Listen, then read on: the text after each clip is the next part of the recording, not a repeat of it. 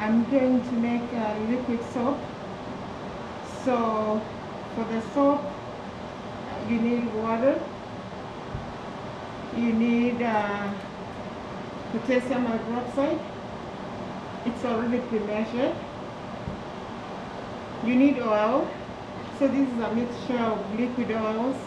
I have castor oil in here, hemp oil, and I think pretty much that's what I have for the liquid oils. And then I have coconut oil. So I have a mixture stick blender. So this is I don't mix the soap making blender with the ones that I used to make lotion. So I use the color code, so you can see this one is black and the other one was white.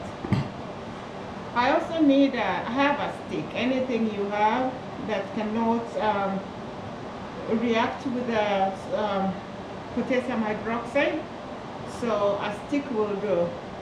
And I'm using something that is disposable, or you can keep it for, you know, for soap making.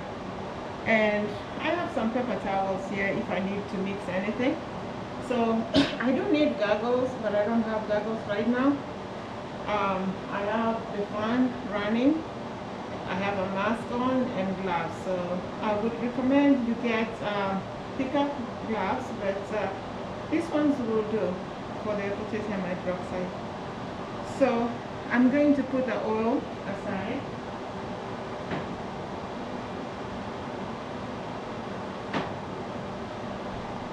So I'll go in with a stick, and what you do, if you take the water and mix it with potassium hydroxide, you're going to create an atomic reaction, a big reaction. So what you do, you take the potassium hydroxide and you mix it into the water. There's gonna be some fumes, but not as much as when you're using sodium hydroxide. Sodium hydroxide, you know, is higher in the periodic table, and the reaction is, it produces more heat during the reaction than potassium hydroxide.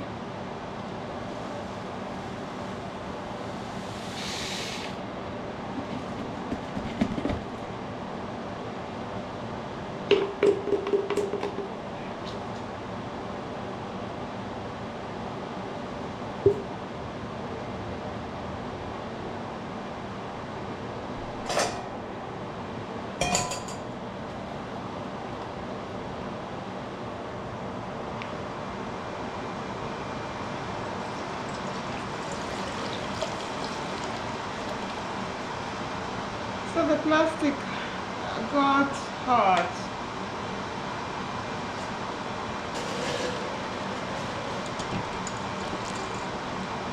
So I can't use that.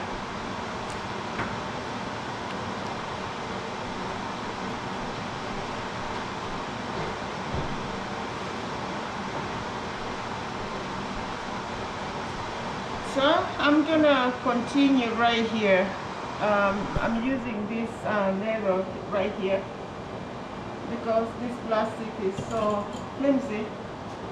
So right away, as it has produced a lot of heat, I'm going to add the oil.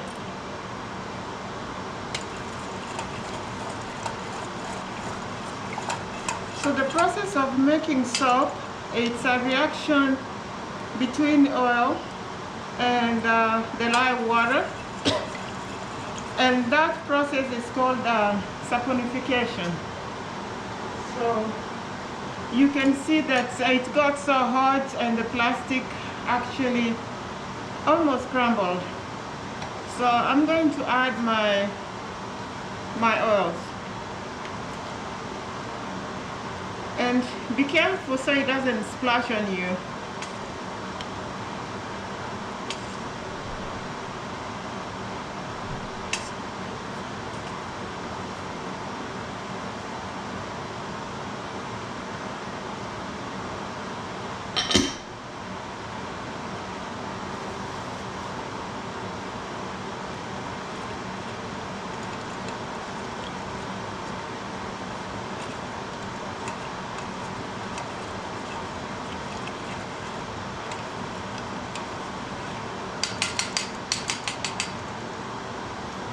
at this point, these gloves are really contaminated. I think they have some of the chemical. I'm going to change the gloves and use the stick blender to blend it in.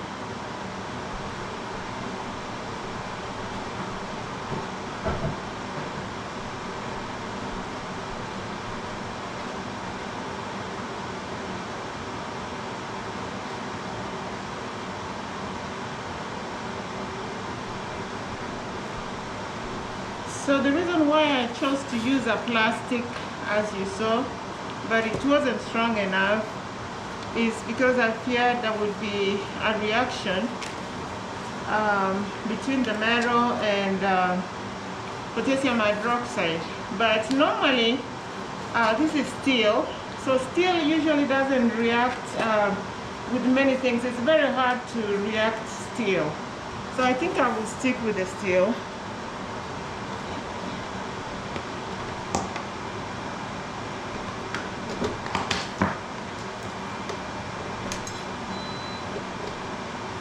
So steel is usually almost like inert, but not quite, if you remember from your chemistry, because steel usually doesn't oxidize fast. It doesn't produce steel oxide the way iron does.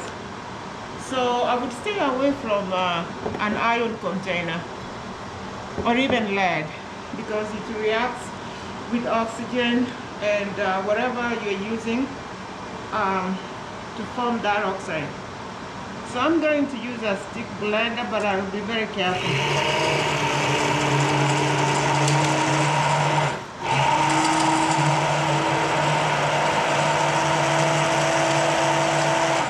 So they recommend that you do for 1 minute and then stop, because of the thermal heat being produced from the reaction. It can damage your container.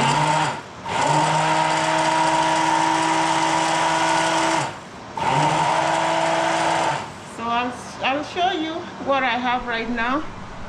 This is what I have, but they recommend that you keep doing it until you get rest, whereby if you move you know, the blender like that, that line stays the same way. So I'll keep doing this until I get rest. So once I get rest, I'm going to put it in a pan, and then I'm going to set the oven to the lowest temperature and let it cook. So I'm doing the hot method, and normally that's what happens with liquid soap. If you're doing the bar soap, you can either do the heat method, or you can do the cold method, where you get it to press and then put it in something like this and then let it sit as long as it will saponify, and then it would have the right pH. So the pH, they recommend between 9 and 10.5, so that's alkaline, but you can use a litmus paper for that. So thank you for watching for now.